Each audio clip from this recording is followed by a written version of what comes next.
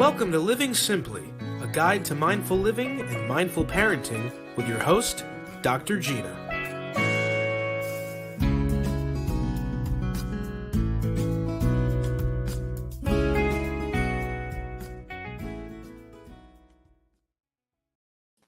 Hello, everybody, and welcome back to Living Simply with Dr. Gina Madragrano. My name is Ben Barber. Dr. Gina, how are you today? I've been pretty good. How about you? I have also been pretty good. I wouldn't say more than pretty good, but pretty good is fine. Awesome. Yeah. So what are we talking about today? So today I thought we would talk about truth and how truth is at the base of freedom and healing. I love it. I love it. Truth is at the base of freedom and healing. Yeah. Okay. What do I mean? Yeah, that's obviously the first question. So, as you know, in my practice, I'm faced with clients either they're lying to the people around them or they're lying to themselves. So I know lying is a big word. It's a bit harsh, but basically that's what it ends up being. Is our brain makes up these reasons why we do what we do, why we say what we say. To the extreme, I've even seen people say, "Well, these are white lies," and that's how they justify it. But in the end, they're lies, which stand in the way of healthy relationships with people and from a healthy relationship with ourselves. Because what if we start with us first? If we lie to ourselves, we end up making choices based on a lie. So I like to use extremes. Let's say in a relationship, you're really not happy, but you keep making excuses for it. You're basically miserable. In the long term, that has an impact on your mental and physical health. So people burn out, people become depressed, they're in a marriage or relationship that doesn't fulfill them, or they have friendships that are toxic. So instead of facing the truth is, this relationship does not serve me anymore. It's not in line with my values. To the extreme, it doesn't honor me. It's abusive. Well, if we face that truth, it forces us to make a choice. And then it forces us to change. And change is not always comfortable. So Not at all. yeah. So that often at the bottom of it, of a lie, even you see it in little kids, is fear, right? We fear the impact of seeing the truth. So I see it a lot with couples. Let's say I see the individual and it's pretty clear to me they're unhappy. And they keep, making excuses. And really, when we get to the bottom of it, they're like, yeah, but if I leave, I won't have the same level of comfort financially. What's going to happen to the kids? So all the burden and stress that comes with separating is scary. So then instead of going there, it's okay, I'll convince myself this is good, this is okay, and I'll stick with it because of fear. So same with kids. Did you eat all the cookies in the cookie jar? No, I didn't. And they're full of chocolate chips on their face. Well, why do they lie? Not because they're evil, because they're scared of the consequence of telling the truth. So that's the basis of why truth is so important. And because it sets us free, we can start moving and working on the self-betrayal that comes with lying to ourselves. Mm-hmm. But also we betray others when we lie. So if we stay in a relationship and we don't love our partner anymore, well, we're cheating them from the truth, and they're allowed to know we're not into them anymore. So at least we have a chance to either work it out, or they at least have a choice to know what to do with that information. Right. And that's why I say truth literally sets you free. It sets you free and it sets the other person free. One of my favorite songs, or at least one of my favorite lines in a song ever, is by the Avett Brothers. It's the line is, "Tell the truth to yourself and the rest will fall in place." Yeah. And like, you talked about it, and I just think that it's so insanely true, right? Like, if we're true, if we don't tell the truth to ourselves, then we're starting from a place where we can't trust our own thoughts. Mm. And I think that that's incredibly dangerous. And it's something that, you think about and you're like, well, of course I tell the truth to myself. And do you though? Yeah. Do you really? Do you really? Sometimes we want things to be true. Yeah. And then we try so hard for the things that we want to be true. We try to make them true instead of just taking the moment and being actually self-reflective, Yeah. Well, what you're saying is basically we're trying to make reality fit our fantasy, right? So if your fantasy is, 2.3 kids, the house, the white picket fence, 2 cars, and you're miserable and you're realizing that's not what I want, that's not what brings meaning to my life.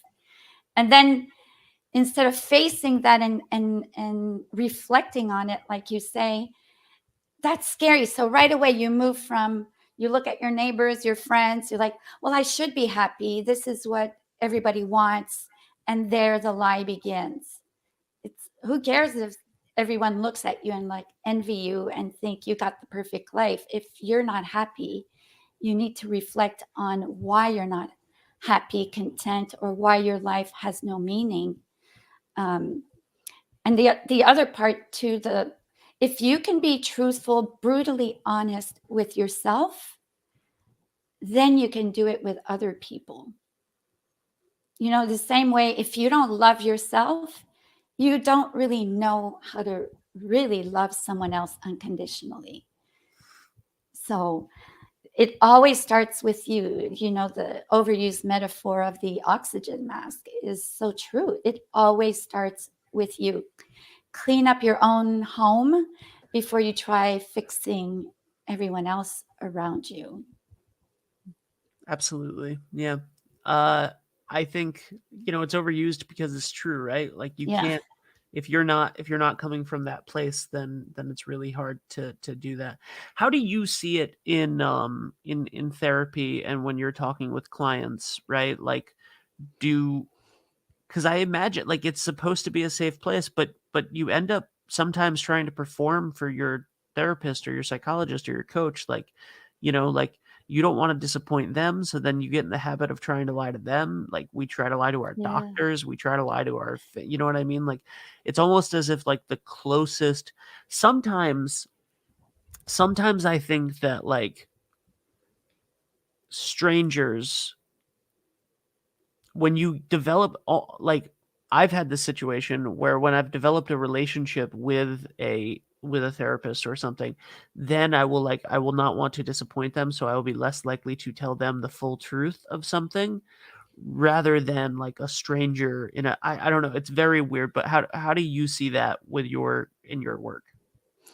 Well, it's very common and it's not strange because the the great thing about the therapeutic relationship, it's also a mirror of what happens in real life. So clients, if they start lying to you, it's not with the purpose of being a pathological liar. It's they don't want to disappoint. Some might lie out of shame, and so they're worried what you're going to think about them. And it's the same thing in the outside world with friends. People wear a mask.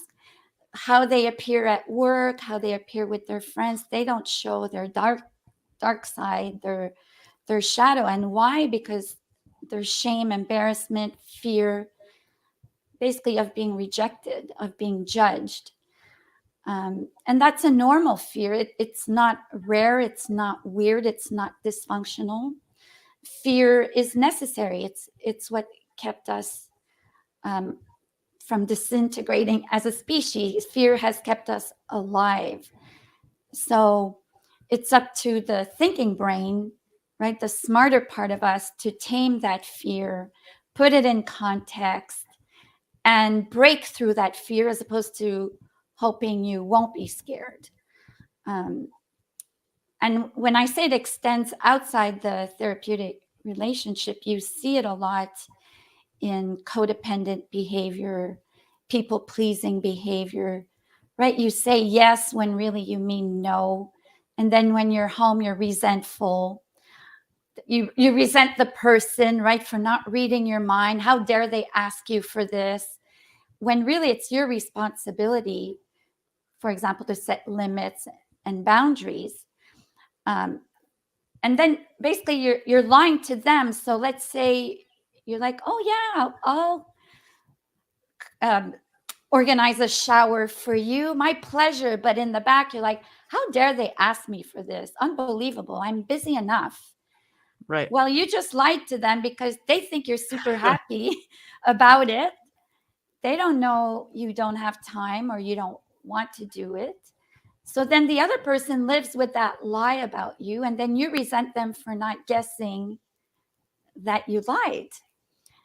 And in the end, it's when you look at codependent behavior, passive behavior, people pleasing, is a lack of taking responsibility for your own life. You're responsible for setting boundaries. People outside of you are not responsible for guessing your boundaries, setting them for you, mind reading. So it forces you that, you might upset someone. You might be rejected to an extreme if they're not a real friend. But you need to be responsible for your own life. And part of that is being truthful to yourself and to others. I love it. Very nice. Yeah, there's so much, and it's really hard to have that personal responsibility when you're not telling yourself the truth, right? Like it's almost impossible to hold yourself accountable when you're not taking stock of the things that you need to, you're not taking account of things. How can you hold yourself accountable if you're not, you know what I mean? Like if you work at a sandwich store and you're like just guesstimating how many bags of lettuce you have and how many things of cheese and whatever, like if you're like, why would you wouldn't do that, right? Because then when it comes time to make sandwiches next month, you're not going to have the things that you need, or you're going to be paying way more money and whatever. And it's like, well, I assumed that we had about 17 bags of lettuce. And it's like, what are you talking about? You assumed that you had 17 bags of lettuce. We would never do that in other areas, right? In our jobs and whatever, Yeah. or maybe we would, but we would never do that. But we do it to ourselves all the time. All the time. We do not take accurate account of our feelings, of our thoughts, of our truths, and then we operate from an assumption as if we had taken an active account when we're not, and then it's impossible to hold ourselves accountable. Yeah, totally. You see it all the time when people try to create new habits. So, for example, you decide because of your internal truth that I need to work out more, right? The doctor said, I don't care what you do, you need to start walking for all the obvious reason. Doesn't matter if it's yoga, lifting weights, walking. So, like, okay, I'm going to start moving every day. And then you set that intention, but you don't put into place all the steps so you'll follow through with it. So next day you're like, okay, I'm going to work out. You make up excuses. You don't do it. So you don't follow through. So you keep betraying yourself. You keep betraying yourself over and over again. So if you don't take responsibility and go, I'm just making up excuses here. Right. Yep. And I really mean if they're excuses. If you haven't slept all night, obviously that's a good excuse. You have no energy to work out. But let's assume everything's That's good. a reason. It's Yeah, not even an excuse, it's a reason. exactly. But most of us, whether it's for eating bad food for us, exercising, you name it, Yep. junk food, watching TV all day, being up all night on your phone, any bad behavior, addiction, our brain tends to make up excuses to justify the behavior. So you need to be able to be truthful enough and go, I'm BSing myself right now. And because then that hurts. It's painful to go, who am I fooling? But pain is what makes us change. If we're too comfortable, why would we change? Why would we be motivated to do better? We're not. Even being truthful with someone else. Yes, you might cause pain, right? You might trigger pain, disappointment, but it's that pain in the other and in yourself that will force movement, that will force a decision, right? Whether it's changing jobs, whether it's changing positions in your job, whether it's your relationship needs to change because there are bad habits that have been accumulating. If the other person really loves you, if the job really values you, the threat of losing you is painful. And that's what's going to move them to take action. So yes, the truth can be painful, but through pain, we can grow and do better and change our lives for the better. And over time, we even see, like I've read several books that show that people who keep betraying themselves, always thinking of other people. So it doesn't have to be bad people, actually. It could be amazingly kind people, but always put themselves last. Over the long term, they get sicker. Yeah, they get physically ill. And then what happens? Their bodies force them to stop. And they're forced to face reality because they had the nudges, but they didn't pay attention. And now they're forced to pay attention. And another one. At the basis of truth is trust. If you're fake with someone, and again, it's a harsh word because people will go, I'm not fake. I'm like, well, it is fake if you don't tell the truth. If your friends always think you love going to this restaurant, doing these activities, you're lying to them. Then when you tell them the truth, they might not trust you anymore. Then you have to rebuild that trust. So the other important thing is trust. With truth, there comes trust.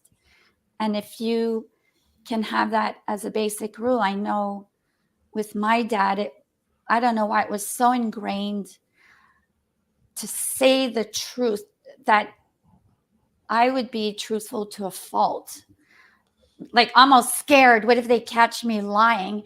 And sometimes some lies are good to protect yourself, from predators or abusive people. And I see that often in my practice too, when I'm like, well, withholding information to protect yourself, that's not lying. Right. And again, the extreme example is if, and I use that with women, I said, if you're about to be raped, it's okay to lie and say you have AIDS to scare the crap out of the guy. It's okay. It's okay if there's a break and enter, say, is there anyone else in the house? And you hid your family in the attic. It's okay to lie and say, no, I'm the only one here. So, but outside from these extreme examples, truth is super important. And I wonder if that's why every night I would ask my dad to read Pinocchio, because what happens to him, his nose keeps growing. So I'm wondering if that's where it started to be ingrained in me. That truth is so important. And it can get you in trouble.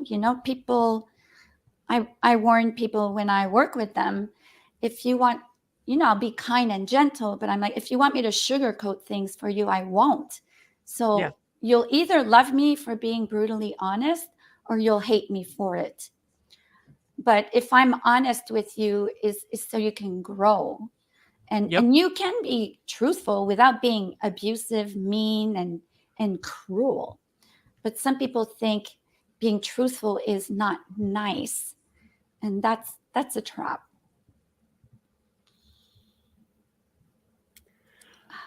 Do you have any final words of advice on truth before we say goodbye for the week? No, that's about it. But always remember, when you're about to say yes, when you're about to do something, take a little moment to ask yourself, especially if it doesn't feel like a hell yes, ask yourself, am I being truthful, either to myself or the other person? I love it. Thank you, Dr. Gina. If you would like more information on Dr. Gina on this, if you'd like to talk to her about it further, any of those things, please don't hesitate to reach out wherever you're listening or watching this. And all of the links will be in the description for how to contact her. Dr. Gina, it's always a pleasure. Thank you so much. And I can't wait to do this again next time. Same here. See you next time. Bye. Bye.